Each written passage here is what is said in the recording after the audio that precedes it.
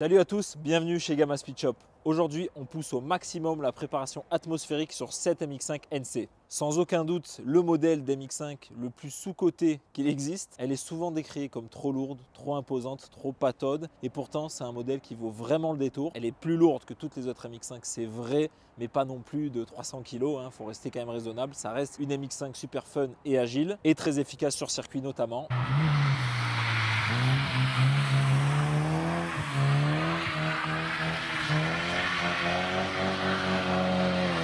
Celle-ci est une série limitée à 200 exemplaires Senshu, donc on retrouve les petits stickers sympas, des Bilstein aussi pour avoir un meilleur châssis. Dans ce coloris blanc cassé, on voit vraiment toutes les courbes et les ailes bombées de la NC, ça lui va super bien, surtout avec le toit noir et cet intérieur crème. On a vraiment une config pour moi qui est parfaite. Voilà dans les grandes lignes pour la présentation globale de cette MX5 NC. On n'est pas là pour faire une review de la voiture d'origine.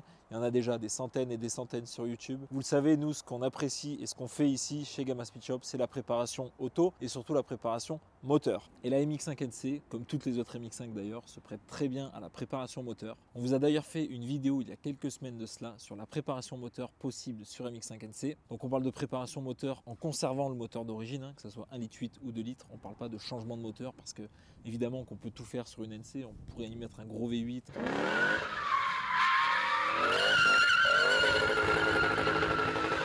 Un 2JZ si on veut.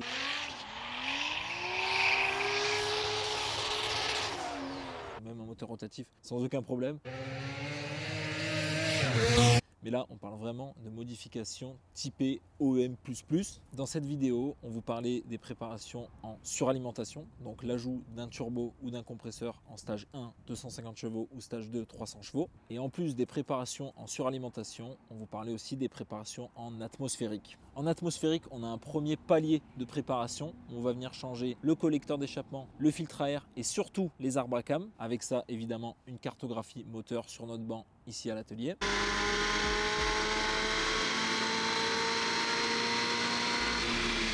Ce premier palier sur moteur 2 litres, il fait passer de 160 à 200 chevaux. Et le palier au-dessus du kit Super 200, c'est le kit Super 225, qui est le palier maximum, on va dire. C'est la préparation ultime en atmosphérique. C'est ni plus ni moins que le kit Super 200, donc toujours avec les arbres à cam et le collecteur d'échappement. Mais où là, on va venir enlever toutes les restrictions possibles, mais cette fois du côté de l'admission. Donc on va enlever le collecteur d'admission et on va le remplacer par 4 papillons en direct, 4 trompettes ou 4 ITB pour avoir un flux d'air maximum rentrant dans le moteur. Donc on a le moins de restrictions possible au niveau de l'admission, on a un flux d'air optimisé, on a une meilleure réactivité et surtout on a une bande son folle.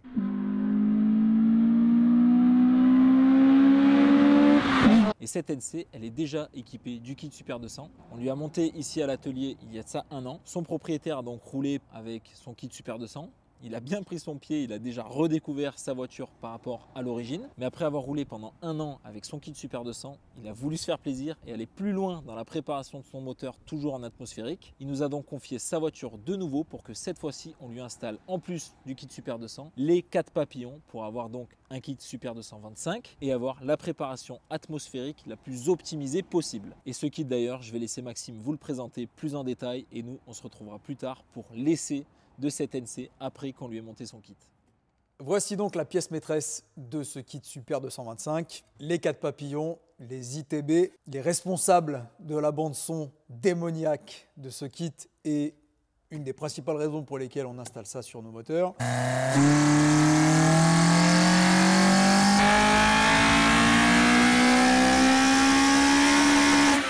Ce kit se compose tout d'abord d'une pipe en alu taillée masse. Donc là, on a vraiment cette partie-là qui vient se boulonner directement sur la culasse du 2 litres Duratec, 2 litres ou 1,8 litre au passage. Donc là, typiquement, on enlève complètement la boîte à air d'origine, on enlève complètement le collecteur d'admission d'origine et on vient le remplacer par cet assemblage-là. En sortie de notre platine taillée masse ici, on va avoir évidemment nos 4 papillons qu'on peut voir au fond des conduits là. Les 4 papillons ensuite vont donner sur ces magnifiques trompettes en alu taillé masse et anodisé noir. Et évidemment les 4 trompettes qui vont nous permettre d'accélérer le flux d'air en entrée des trompettes et donc améliorer le remplissage et donc améliorer les performances à la sortie. Pour enfin finir sur la partie boîte à air, plutôt partie filtre à air, avec une platine de montage pour le filtre à air mousse qu'on voit ici. Ça permet donc bien évidemment de filtrer l'air entrant dans le moteur, puisqu'on nous demande régulièrement, mais est-ce que les 4 trompettes sont à l'air libre, est-ce que c'est dangereux?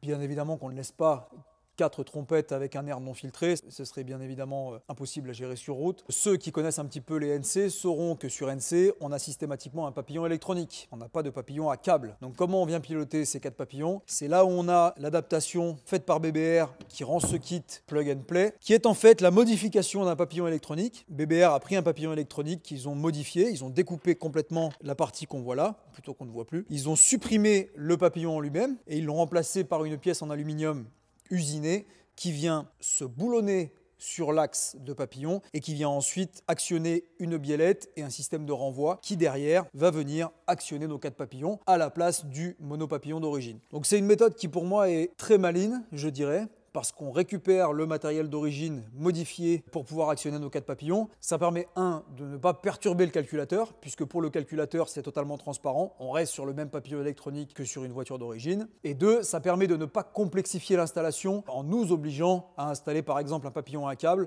donc pédale d'accélérateur modifiée, installation du câble, tringlerie, j'en passe. Pour finir, sur ce matériel, on va retrouver au-dessus de nos papillons une rampe de dépression qui va servir 2 buts. Le premier, c'est de pouvoir brancher le capteur de pression du collecteur d'admission d'origine sur notre nouvelle rampe, qui va permettre au calculateur d'avoir l'information de la dépression dans le collecteur, donc comme à l'origine. Et la deuxième chose, c'est que cette rampe va nous permettre d'installer notre piquage pour le master vac, parce que je rappelle que si le master vac n'est pas branché sur l'admission, vous vous retrouvez avec un freinage sur lequel il va falloir appuyer extrêmement fort pour avoir pas énormément de force de freinage à la sortie, donc évidemment c'est obligatoire. Donc d'un côté, capteur de dépression, de l'autre côté, le master vac, et on se retrouve avec une préparation qui est, en termes d'agrément et de conduite, littéralement comme à l'origine. Comme on le voit régulièrement avec les préparations BBR, tant qu'on ne tape pas dedans, il est impossible de savoir qu'on a une voiture préparée. Eh bien, le but de ce système, c'est encore une fois de faire la même chose, c'est-à-dire qu'en conduite coulée, on va avoir un système qui est totalement transparent.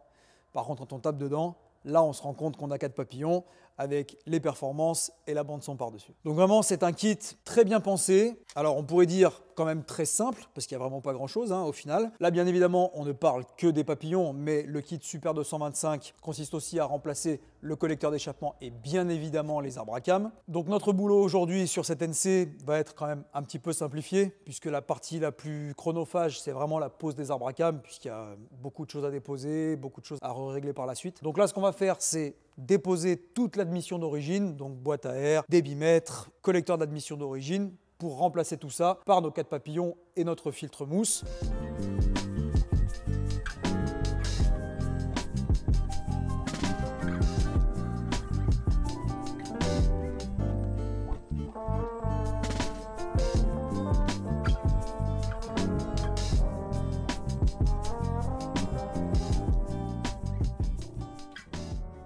On arrive à mi-parcours de cette préparation Super 225 sur NC. Première partie, on a démonté tout ce qu'on n'allait pas réutiliser sur cette voiture d'origine.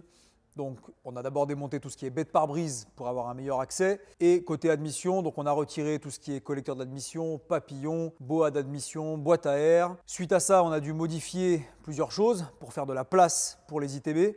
Parce qu'il faut savoir que même si les ITB en eux-mêmes ne sont pas spécialement volumineux, le filtre à air dôme prend quand même de la place, et ce qui n'est pas une mauvaise chose, puisque plus le filtre est gros, moins on a de perte de charge à travers le filtre, donc plus on a de performance à la sortie, donc c'est une très bonne chose. Néanmoins, vu sa taille, il a fallu faire de la place, donc on a modifié le circuit de refroidissement afin de décaler tout ce qui est durite de refroidissement, écarter toutes ces durites le plus possible. Le circuit d'air, donc tout ce qui est dépression pour le master vac et dépression pour la mise à l'air du bas moteur, pour récupérer les vapeurs d'huile. Et enfin, modification du faisceau électrique d'origine. Alors ce qui est bien fait avec ce kit, c'est qu'on n'a pas besoin de couper, ressouder ou ressertir les cosses du faisceau. Simplement en modifiant tout ce qui est gaine de protection du faisceau, on arrive à amener les connecteurs qu'on va déplacer là où on veut les amener, c'est-à-dire le connecteur pour le papillon électronique et le connecteur pour le capteur de pression dans le collecteur d'admission qui va être réutilisé avec les ITB. C'est vraiment une étape obligatoire dans l'installation de ces papillons. Le fait de libérer de la place côté admission du moteur, ça va surtout nous permettre de nous assurer qu'aucun composant ne frotte les uns contre les autres quand le moteur tourne. L'idée n'est pas de faire rentrer ce nouveau setup au chausse-pied à la va comme je te pousse, c'est vraiment de faire ça dans les règles, modifier tout ce qui doit être modifié afin que l'installation ne soit pas non seulement performante, mais aussi fiable dans le temps et je dirais en se rapprochant le plus possible de ce que fait le constructeur d'origine pour assurer une longévité et une fiabilité dans le temps. Et toutes ces pièces qu'on a retirées, ça prend de la place. Niveau encombrement, je vous laisse constater la différence de volume entre ce qu'on vient d'enlever et ce qu'on va installer. D'un côté, on a toutes les pièces d'origine, donc on a le collecteur d'admission bien sûr, on a une pipe en aluminium qui vient entre la culasse et le collecteur d'admission,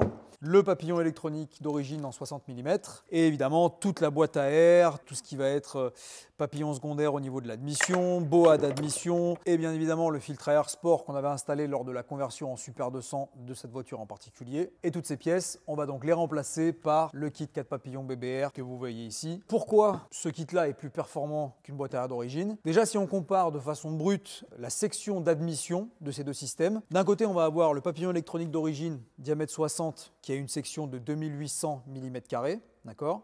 De l'autre côté, si on somme la surface des 4 pipes, on se retrouve avec 6000 mm² de surface d'admission, donc 2800 à 6000. Donc déjà, on est quasiment multiplié par 3 en termes de potentiel débit, d'accord. Ça veut dire que d'origine, là où on va avoir un papillon en 60 qui va devenir une restriction à haut régime, le kit 4 papillons va laisser passer autant d'air que peut aspirer le moteur et les papillons en eux-mêmes et la pipe d'admission en elle-même ne sera plus une restriction comme peut l'être le papillon d'origine et le collecteur d'admission d'origine. En clair, avec ce kit-là, on va reculer le rupteur de quasiment 1000 tours de plus et avec une courbe de puissance qui continue à monter, une courbe de couple qui est maintenue et ce, parce qu'encore une fois, on n'est pas en train d'étouffer le moteur à haut régime comme on pourrait l'être avec le papillon d'origine. Le deuxième avantage d'un kit 4 papillons par rapport à une admission d'origine, c'est la réactivité que va procurer ce système. Je m'explique. D'un côté, on a un papillon qui est en entrée de notre boîte à air et qui va venir distribuer l'air à tous les cylindres. Cet air, une fois qu'il a passé le papillon, il doit passer dans la première chambre du collecteur d'admission pour ensuite être distribué dans chacune des 4 pipes pour ensuite arriver au moteur. Ça, c'est avec l'admission d'origine. Avec l'admission directe 4 papillons, vous avez vos 4 papillons qui sont littéralement à 5 cm de la culasse, ce qui fait que quand vous mettez gaz, peu importe le régime, l'air rentre directement dans le moteur, il n'y a aucun temps de latence. C'est ce qui donne au moteur ce côté immédiat, cette réactivité qu'on n'aura jamais avec un collecteur commun, avec un plénum et un papillon commun pour les 4 cylindres.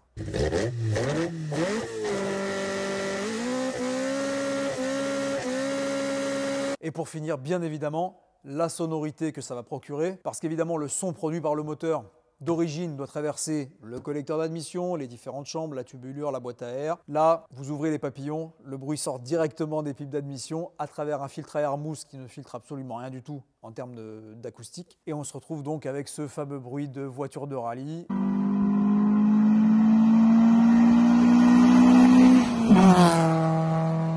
Bien évidemment, au-delà de ça, quand on soulève le capot, on a ce kit ITB avec le filtre mousse qui trône fièrement au milieu de la baie moteur. Il est clair que c'est beaucoup plus sexy qu'une boîte à air plastique d'origine. On va maintenant passer à la partie la plus intéressante de cette préparation, la pose des ITB sur le moteur.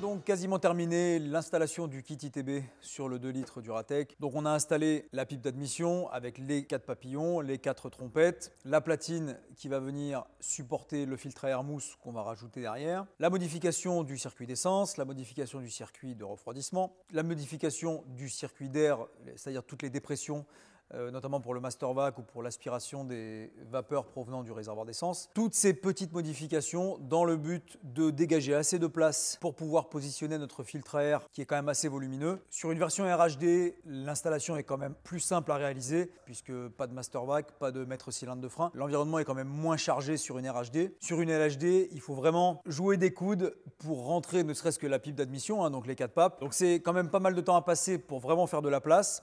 C'est un système qui reste très simple, néanmoins, il faut adapter l'environnement.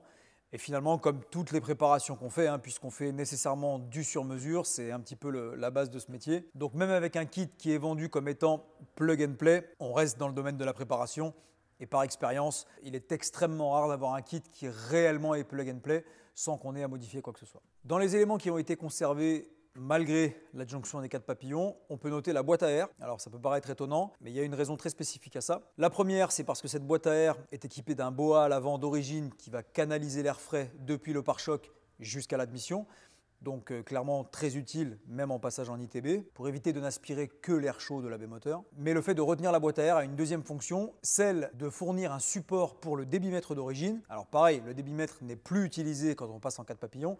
Néanmoins, le débitmètre d'origine intègre un capteur de température d'air d'admission, information dont le calculateur bien évidemment a besoin pour fonctionner correctement et pour modéliser le plus précisément possible le flux d'air entrant dans le moteur à chaque instant.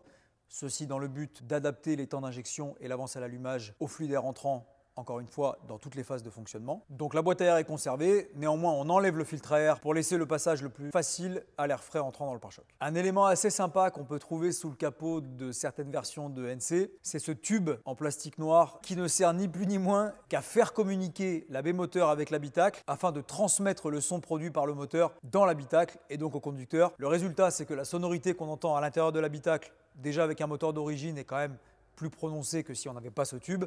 Mais alors quand on passe en 4 papillons, je vous laisse deviner le volume sonore et la qualité de la bande son décuplée par rapport à un moteur d'origine. A noter que côté allumage et injection, donc bobine, bougie, injecteur, on reste totalement d'origine. Les injecteurs d'origine étant suffisamment dimensionnés pour encaisser le surplus de puissance par rapport à un moteur qui sort 160 chevaux. Bobine, bougie, idem. Radiateur, pareil. C'est la même chose que quand on passe en compresseur ou en turbo. Donc si ça peut encaisser un compresseur ou un turbo jusqu'à 300 chevaux, nul doute qu'avec nos 225 chevaux en atmo, il n'y aura aucun problème. Alors on nous pose la question de temps en temps aussi, au niveau châssis et au niveau freinage. Alors c'est encore plus vrai avec les compresseurs et les turbos, où là on pourrait vraiment se poser la question, vu le bond en termes de performance depuis un moteur en 160 chevaux d'origine.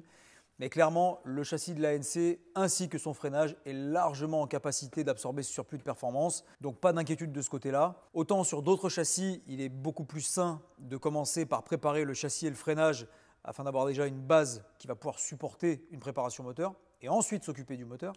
Là, sur une NC, clairement, on peut très bien faire une préparation châssis ou moteur dans un sens comme dans l'autre. Côté embrayage, pareil, on reste totalement d'origine, que ce soit d'ailleurs avec un kit Super 200, 225, compresseur stage 1 ou turbo stage 1, on ne touche pas à l'embrayage. Il y a vraiment qu'en compresseur et turbo stage 2, où là, oui, vu le surplus de couple, on est obligé de passer sur un embrayage renforcé. Mais en dehors de ces deux cas particuliers, tout le reste des prépas BBR nous permet de conserver l'embrayage, donc un coût moindre, que ce soit en termes de pièces ou de main-d'œuvre. Maintenant que la préparation mécanique est terminée à 95%, on va pouvoir passer au premier démarrage. Je viens d'uploader la base map dans le calculateur. Donc maintenant, le calculateur sait qu'il travaille avec des ITB, donc avec un système de gestion de la carburation complètement différent du système d'origine. On va faire le premier démarrage et puis on va voir ce que ça dit.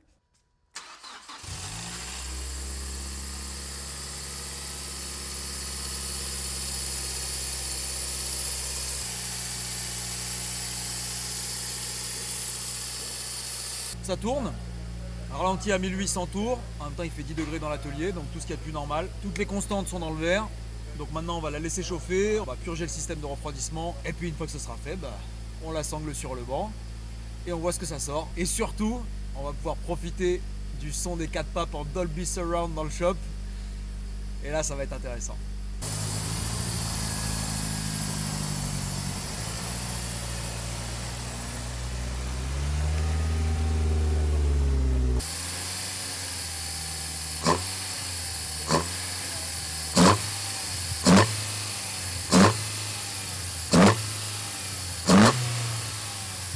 Moteur même pas réglé, on met juste un coup de gaz, on ouvre les papes et on est direct dans l'ambiance.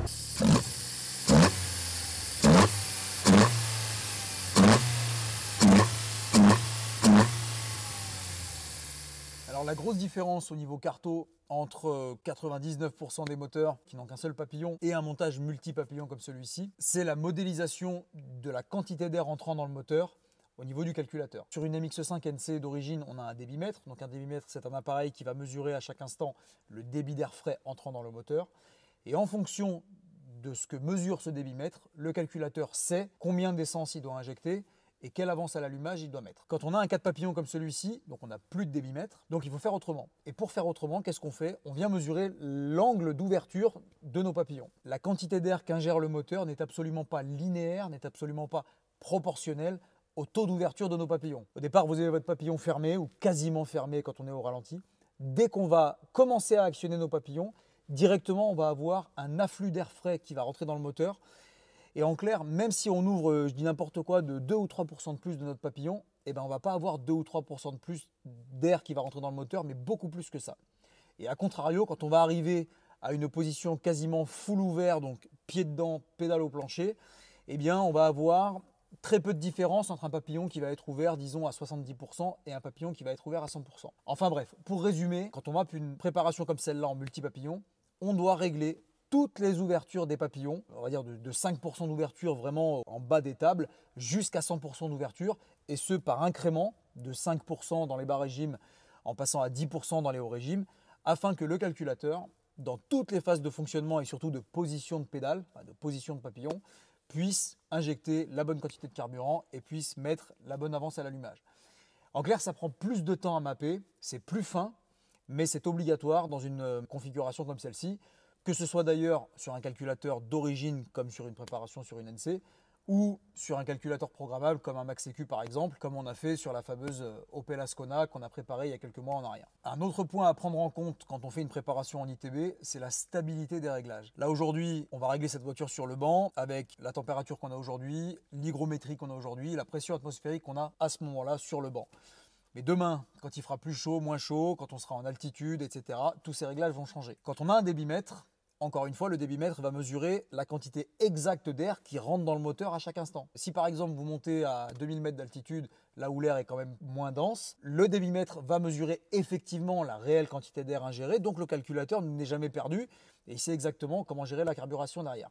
Quand on est avec nos papillons et qu'on fait une carto qui est donc dépendante de l'angle d'ouverture des papillons, ouvrir le papillon à 20% au niveau de la mer et ouvrir le papillon à 20% à 2000 mètres d'altitude, le moteur ne va absolument pas ingérer la même quantité d'air. Ce qui veut dire qu'une fois qu'on a fait cette carto, on va dire cette base de carto avec le taux d'ouverture de nos papillons, on doit en plus derrière faire toutes les tables de correction pour que cette table d'ouverture de papillons soit pondérée par tous les autres facteurs qui viennent impacter la quantité d'air ingérée par le moteur, donc l'altitude, l'hygrométrie, la température, la pression atmosphérique, etc. C'est beaucoup plus fastidieux à régler quand on a des multi-papillons. Par contre, une fois que c'est fait, et si c'est bien fait, et si on a vraiment pris le temps en amont de faire tous ces réglages et de régler ces différentes pondérations, on a un moteur qui tourne parfaitement, et ce dans toutes les phases de fonctionnement. C'est pas comme si on avait des carbus où effectivement là le réglage il marche à un instant T et puis le lendemain il n'y a plus rien qui fonctionne. Non, là on est quand même sur une injection électronique, plus fastidieux au départ, mais encore une fois que c'est fait, ça fonctionne et ça bouge plus.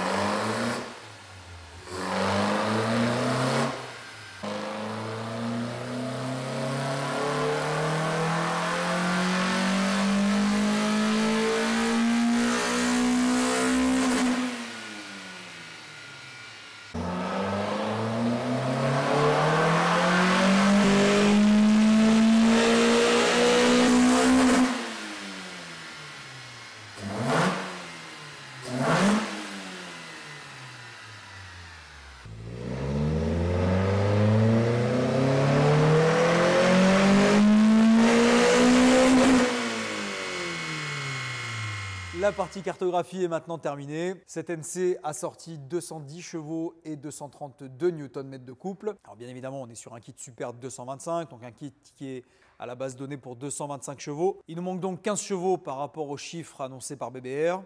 Donc à noter quand même que les chiffres annoncés par BBR pour leur kit sont toujours des chiffres annoncés avec ligne complète et des katas. Donc là ici, on a effectivement le collecteur 4 en 1 du kit Super 225, mais en version catalysée. Et on a le catalyseur secondaire d'origine, donc la partie centrale de l'échappement qui est totalement d'origine. Donc on perd ces 15 chevaux, mais en contrepartie, on arrive à avoir des émissions polluantes qui sont équivalentes à l'origine. Il n'empêche que quand on remet les chiffres dans leur contexte, on est quand même sur un 2 litres Atmo qui sort 215 chevaux. Donc on est au-delà de la fameuse barre des 100 chevaux au litre, ce qui est quand même pas ridicule sur un bas moteur complètement d'origine, avec bielle et piston d'origine. Donc 215 chevaux, on est sur de la préparation atmosphérique. Donc les chevaux sont toujours beaucoup plus difficiles à aller chercher que quand on passe sur de la suralimentation. Tout le monde sait que dès qu'on passe sur un compresseur ou un turbo, dans l'absolu, il suffit de tourner la pression et on récupère des chevaux à la pelle.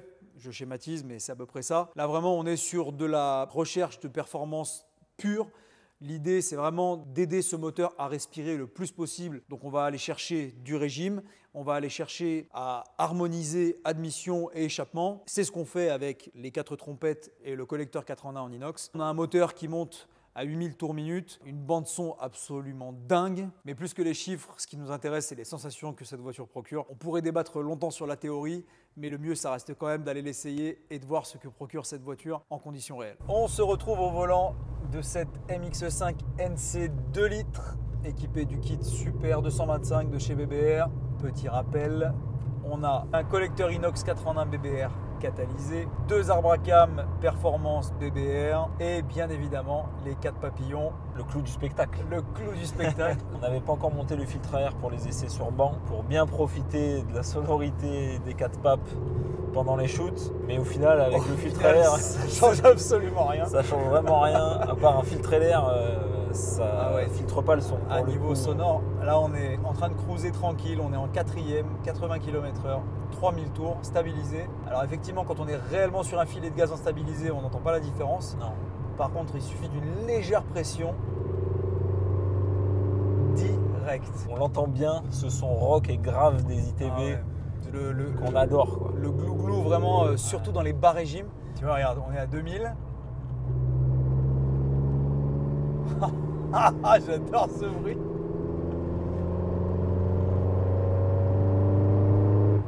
Alors ce qui est trop cool avec les ITB, c'est que la sonorité change. T'as remarqué ou pas?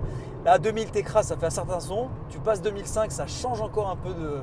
Et plus tu montes, plus c'est aigu aussi dans les tours. Ouais. Ah puis dans les tours, on va voir après, mais c'est... Là on ne fait que cruiser, hein. On est entre 2 et 3000 depuis tout à l'heure. On oscille 3, 4, 5. Le bruit, mais il n'y a vraiment même plus besoin de taper dedans pour déjà sentir ces sensations. C'est génial.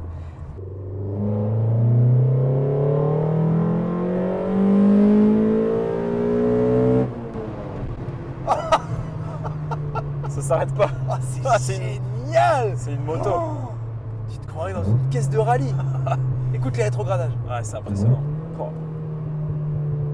Avec le petit... Un petit crépitement. Exactement, le crépitement. On est loin du pop and bang. Qui n'est pas too much, exactement ce que j'allais dire. Oh là là. On entend vraiment les trompettes des ITB comme si on y était, mais c'est pas assourdissant. Ouais, c'est ça, c'est juste bien, juste le bon volume. Juste le bruit qu'il faut.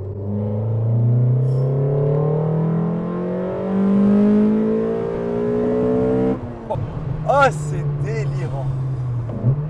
Oh, et le rétrogradage. T'entends? Oh là là, le petit talon pointe qui est parfait. Ah ouais, c'est génial. Par rapport à la prépa compresseur qu'on avait fait, on a moins l'effet coup de pied, on est moins collé au siège. Le boost, c'est logique parce que on est sur une prépa Atmo, donc dans tous les cas, ça monte de manière linéaire. Mais en termes de sonorité. Qu'est-ce que c'est bon, ça s'arrête jamais. Oh là là. C'est fou. C'est fou. C'est clairement pour les mélomanes. Ouais. Pour ceux qui veulent aller taquiner du rupteur. Et encore pas que parce que tu vois. Oui, même en cruisant. 2005, tu te dis tiens, j'ai envie de me faire un petit peu plaisir. On écrase. Et ce qui est bien aussi, c'est que si on roule vraiment de manière coolée, comme avec les kits BBR en général, on a l'impression d'être toujours sur une voiture d'origine. Mais c'est ça qui est génial. Que ça soit compresseur turbo, Super 200, Super 225, quand on roule de manière totalement coolée et tranquille, voilà, pour tous les jours, on n'a aucune différence avec l'origine. C'est une NC d'origine, voilà, avec un bruit un peu plus rauque. Par contre, dès qu'on va vouloir tomber un rapport pour là monter chercher les tours, c'est là où vraiment ça se réveille.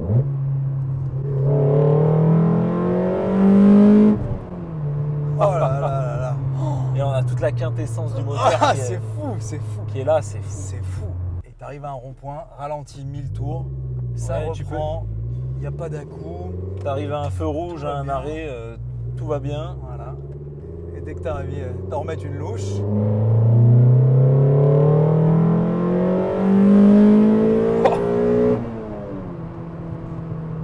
Et le pire, c'est qu'on monte même pas vite en termes Non. de vitesse. Là, on est monté jusqu'à 80 et déjà, on a eu des sensations. Après, ça, c'est l'avantage des MX5, même d'origine. C'est que sans prendre des grosses vitesses, tu as des déjà, sensations, ouais. déjà quand elles sont d'origine. Alors, quand tu ajoutes le bruit, bah, ça décuple les sensations, c'est impressionnant. En termes de prépa atmo, on ne peut pas faire mieux. Là, sur, Bah, sans ouvrir le bloc. voilà, en restant d'origine, Après, on ne peut pas faire mieux en termes de rapport coût, efficacité et surtout sensation, mais surtout confort quand même, parce qu'on reste sur une préparation qui est totalement qui est civilisée. civilisée, et voilà, on n'est pas sur une voiture qui serait inroulable au quotidien et confortable, t'as des à-coups, machin. non, là on est vraiment sur quelque chose de Celui qui ne le sait pas réellement, à part le bruit, il n'y a rien qui trahit Non. le fait qu'on ait une belle prépa atmo comme ça. on a vraiment le meilleur des deux mondes, quoi. Ah ouais. On est sur de la pièce totalement taillée masse, c'est de la très très belle pièce de C'est du beau qualité. matériel, ouais. Et ça se ressent derrière. Je veux dire, les ITB c'est tellement sensible comme matériel que si tu n'as pas du matos qui est parfaitement ajusté, précis, tu as tout de suite quelque chose qui va pas tourner rond. Et tout ça avec le calculateur d'origine, moi c'est ça qui me sidère le plus, quoi. Ouais. C'est-à-dire que Mazda n'a pas sorti ce calculateur à la base avec un fonctionnement ITB. Il y a des voitures d'origine qui sont sorties en ITB. Ouais. Tu prends la Sky par exemple. Les RB26, Le RB26. les S50, S54 chez BM. Et là c'est pas du tout prévu pour. Et pourtant, juste avec un bon réglage et une bonne gestion, ça tourne comme si c'était d'origine. Comme si c'était d'origine. Et c'est ça le plus beau, et c'est ça que je dis régulièrement quand des gens appellent au shop en vendant des prix, des prépas BBR. Ah oui, c'est vrai que c'est pas donné. Oui, c'est vrai. Oui, c'est très clair. Mais par contre, derrière, la qualité est là, quoi. Je veux dire, on a un comportement OEM+, je dirais même OEM+++. Ouais.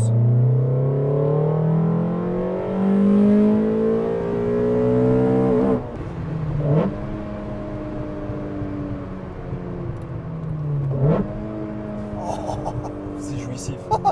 C'est vraiment jouissif. Tu te lasses jamais d'un truc comme ça. Non. C'est jouissif. Oh là là. On a vraiment des vraies sensations dans la voiture de course. Ah ouais. Moi qui fais aussi de la moto, en termes de sensations, de ressenti et surtout de sonorité, où ça monte, on ne s'arrête pas, bah, on est très très proche de la moto. Ah ouais. Sincèrement, c'est pas la première qu'on fait, hein, évidemment, en kit Super 225. À chaque fois qu'on en refait une, on reprend autant de plaisir à les découvrir et à les redécouvrir. Et ça prouve bien une chose, c'est que bien sûr les chevaux c'est extrêmement important et ça fait partie intégrante du plaisir de conduite. Il n'empêche qu'une voiture avec 200 chevaux dans un petit châssis sympa, mais surtout avec la sonorité en plus, ça fait en fait un combo de sensations qui est absolument délicieux finalement, et tu n'as pas besoin d'avoir 300-400 chevaux pour t'éclater dans une bagnole. Non, surtout dans une MX5 qui fait environ une tonne. C'est ça. On est dans un rapport poids-puissance qui est d'origine déjà excellent. Ouais. Mais dès qu'on prend en plus, on arrive sur des 200-250 chevaux, on est plus que ce qu'il en faut pour se faire plaisir au quotidien ou que le week-end. C'est vraiment des machines à sensation. Si tu compares ça à une autre prépa atmo que j'adore, c'est la Fuguzi de Sun Kang Han dans Fast and Furious, tu sais, qui dans la vraie vie s'était monté une 240Z avec un RB26 Nissan en atmo, 6 papillons, un collecteur spaghetti, une œuvre d'art.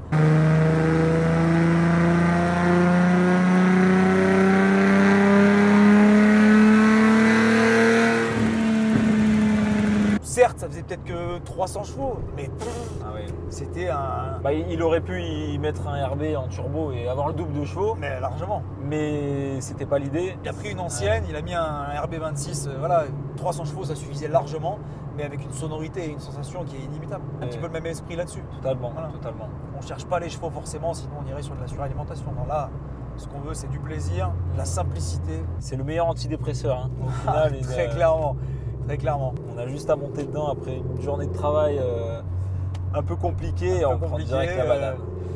On est en 3e, on rétrograde en 2 et on écrase.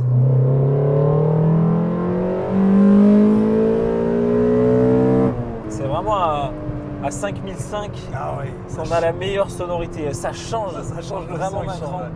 Et on passe sur des sonorités plus aiguës. Et c'est vraiment à ce régime-là où on a la meilleure bande son.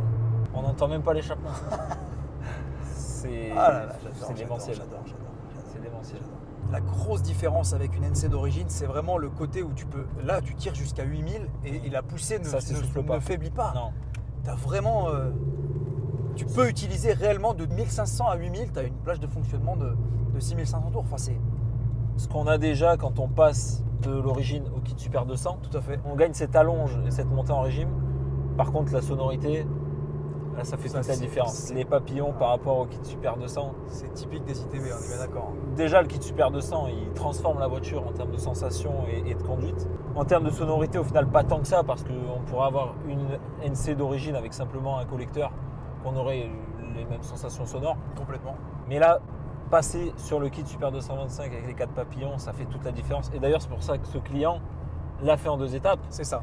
Il nous a d'abord confié sa voiture pour qu'on la transforme en Super 200. Et au bout d'un an, il a voulu aller plus loin et gagner cette sonorité clairement. Et ça fait toute la différence. Il est clair que c'est pas pour les 15 chevaux de plus qu'il l'a fait, c'est très clair. Mais ça change tout.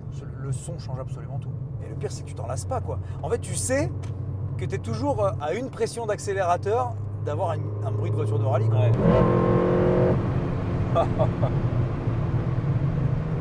C'est chier. Oh là, il se rétrograde. Alors, rétrogradage, c'est pépite. Il est dingo. Alors, un moteur qui prend 8000 tours sans rechigner, on est obligé de faire un parallèle avec le rotatif, très clairement, puisque ce sont des moteurs qui prennent des tours plus que n'importe quel autre. C'est un petit peu, finalement, c'est similaire en sensation. Si ce n'est que sur un 4 cylindres comme ça en 2 litres, on aura plus de couple qu'un 13B Atmo qui va prendre 8000, 8005. Les petits moteurs comme ça qui prennent des tours, c'est vraiment une sensation, une saveur à part. C'est vraiment une saveur très particulière. Surtout en termes de sonorité. C'est clair, c'est très clair. Sur un moteur Atmo, vraiment, ce qui est le plus jouissif à entendre, c'est l'admission. Ouais. Parce que, alors un échappement, ça joue aussi, mais tu peux avoir un moteur qui fait un barouf énorme à l'échappement qui n'est pas du tout agréable. Ouais. Par contre, un bruit d'admission, ça peut pas être un mauvais bruit d'admission. Absolument. On n'a tellement pas l'habitude en fait d'entendre ce bruit. Ça me fait penser à une S2000 aussi pour avoir eu des S2000. Quand tu es en admission libre, le F20C, tu fais tout de suite un bruit pareil qui est orgasmique, franchement.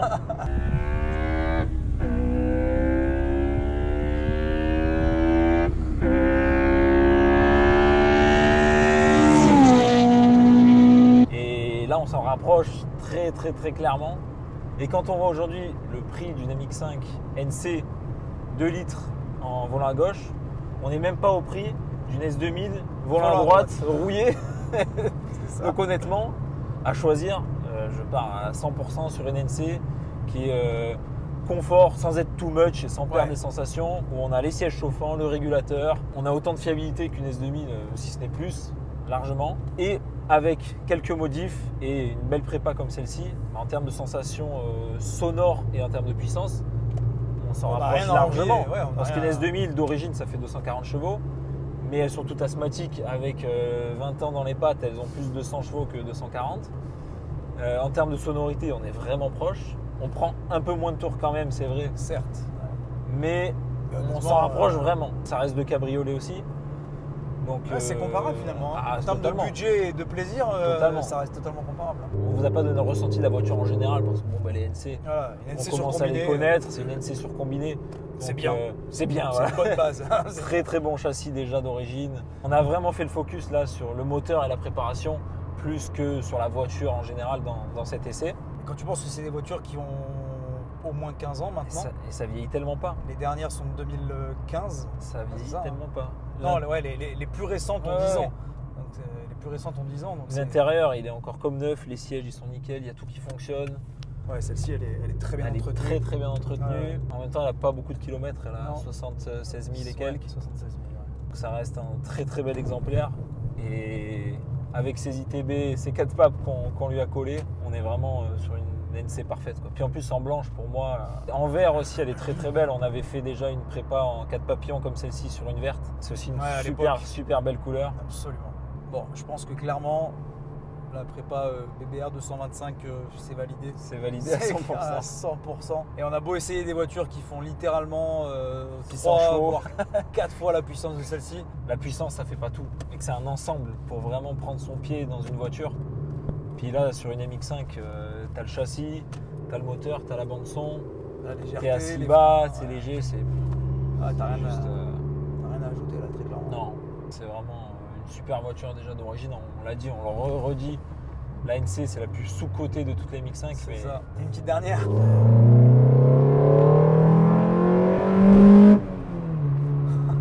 avec ça, c'est moins sous-coté. Je pense qu'on peut conclure là-dessus. Ah ouais.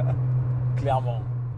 Voilà qui va conclure cette vidéo et cette préparation. Bon, bah, clairement, vous l'avez vu, hein, on valide à 100%. Alors, on est un peu biaisé, mais c'est pas pour rien. C'est vraiment une très belle configuration qu'on a pu avoir sur cette MX5. Et puis aller au bout de la préparation d'une MX5 NC, c'est super parce qu'on l'avait préparé déjà en kit Super 200, ce qui était déjà le premier palier, la première étape. Mais là, concrétiser ce projet, c'était vraiment juste super à préparer et surtout à essayer. Ça s'est vu pendant l'essai, mais on a vraiment pris notre pied derrière le volant de cette NC et à profiter du son des ITB. Et je pense que là, son propriétaire, il va que valider. Je suis confiant, On remercie bien sûr chaleureusement le propriétaire de cette MX5 pour nous avoir fait confiance à nouveau pour finaliser la préparation de son jouet. Un grand merci à vous tous qui nous suivez semaine après semaine, préparation après préparation. Vous êtes d'ailleurs de plus en plus nombreux sur la chaîne, donc merci à vous et bienvenue à tous les nouveaux. N'hésitez pas à aller voir sur le reste de la chaîne toutes les vidéos et toutes les préparations qu'on a fait par le passé. On fait bien évidemment de la Mazda, MX5 et RX7, mais aussi pas mal d'autres voitures, de la Supra, de la Volvo. Il y en a vraiment pour tous les goûts. Et si ce n'est pas déjà fait, pensez à vous abonner, liker, partager.